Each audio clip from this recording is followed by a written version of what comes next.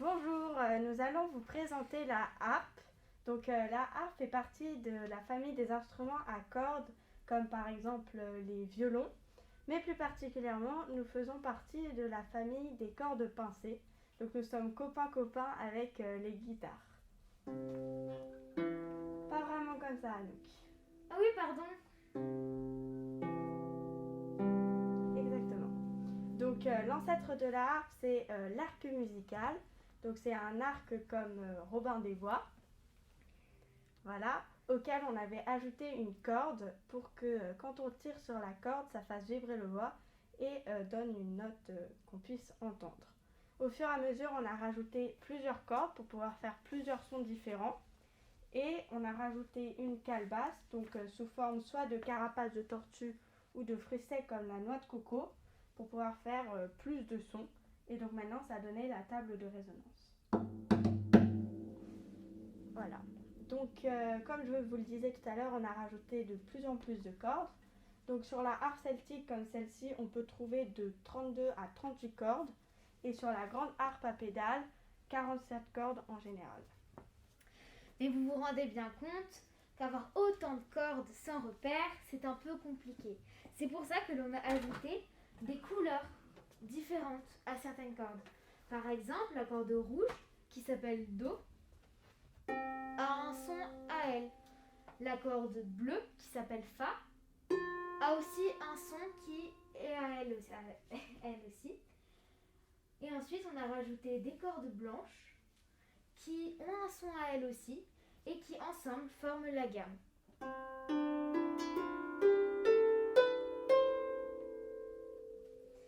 Maintenant, vous l'avez peut-être remarqué aussi qu'il y a des pédales en dessous de cette grande harpe et des petits crochets sur cette harpe-ci.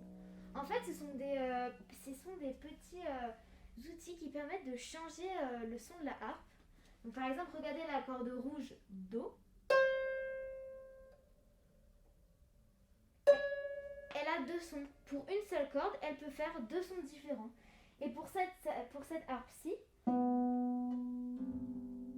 deux sons, trois sons. Elle peut faire trois sons avec la même corde. Maintenant, je vais vous jouer un morceau qui s'appelle Glinka. Le compositeur s'appelle Glinka et qui s'appelle Nocturne. C'est un morceau.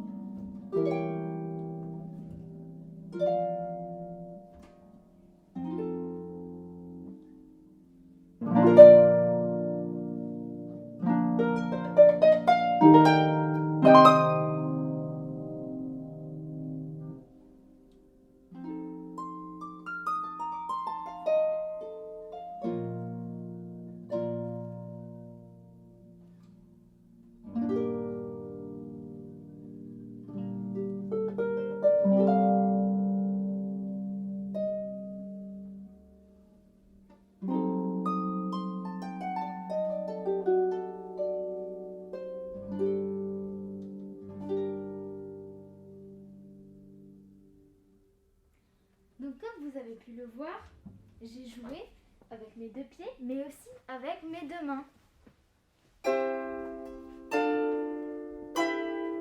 Et en fait, sur la harpe, on peut faire plein d'effets sonores différents, etc. Et je vais vous en montrer quelques-uns. Par exemple, le son xylo, c'est un son qui est étouffé par la main juste en dessous. Par exemple, mais aussi des sons harmoniques qui font comme des petites cloches.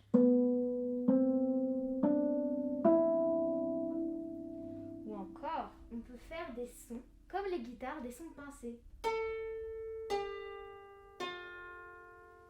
Ensuite, on peut s'amuser avec différents outils.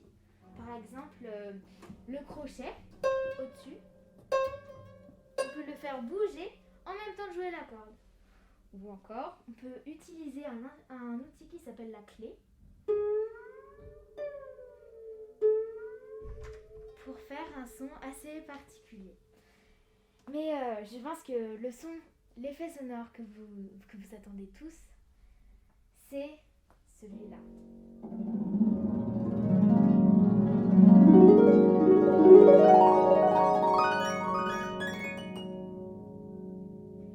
Le fameux glisser. Mais bien sûr, on peut aussi faire quelque chose de très sympa, très amusant. Ce qu'on peut faire à la harpe, c'est jouer ensemble. Donc maintenant, on va vous jouer ensemble les Aristochats.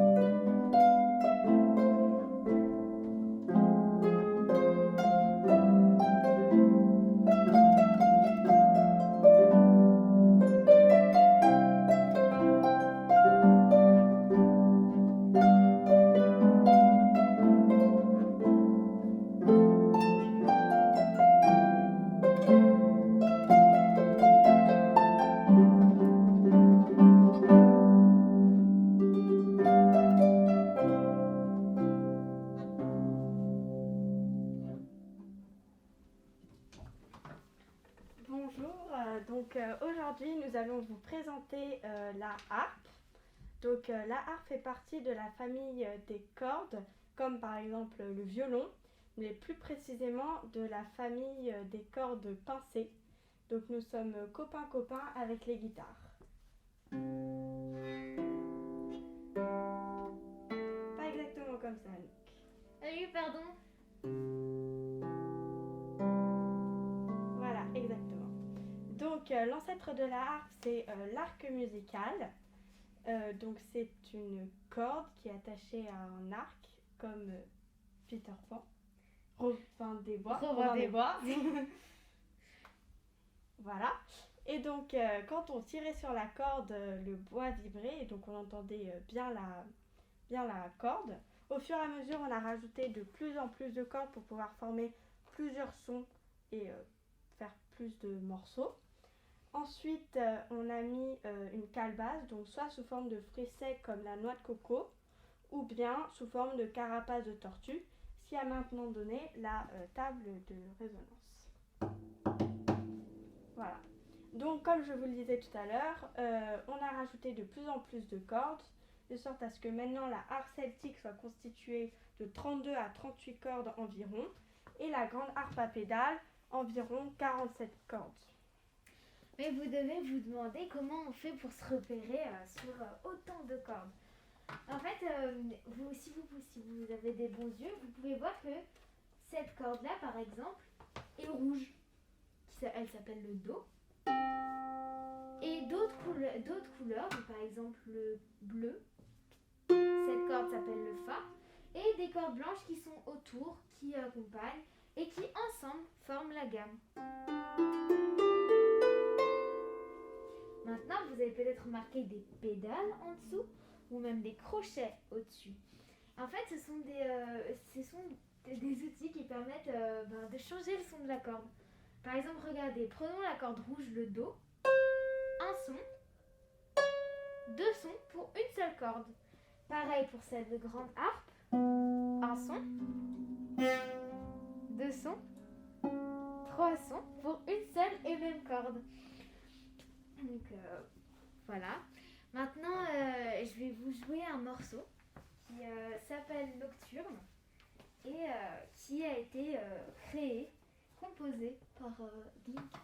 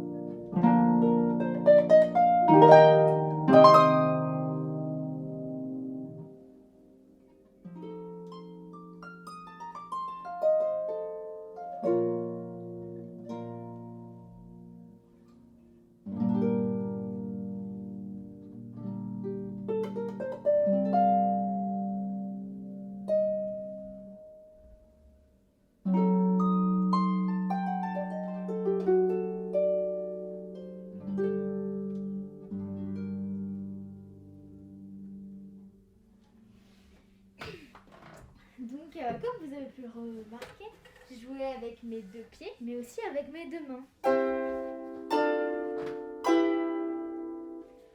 On peut faire plein de choses avec la harpe, plein d'effets sonores différents, etc. Donc, par exemple, je vais vous en montrer quelques-uns. Les sons xylo. En fait, ce sont des cordes qu'on joue, mais qui sont étouffées par la main en même temps. Ou encore les sons harmoniques qui sonnent comme des petites cloches. On peut même jouer comme les guitaristes, à peu près, en pinçant les cordes. Mais aussi, on peut utiliser les atouts de la harpe, par exemple les crochets, pour faire des sons un peu plus étranges. Ou encore avec la clé, c'est comme ça que ça s'appelle.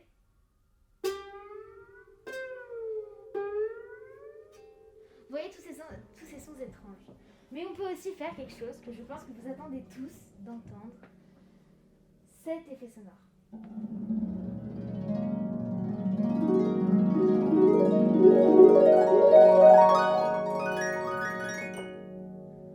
Le fameux glisser.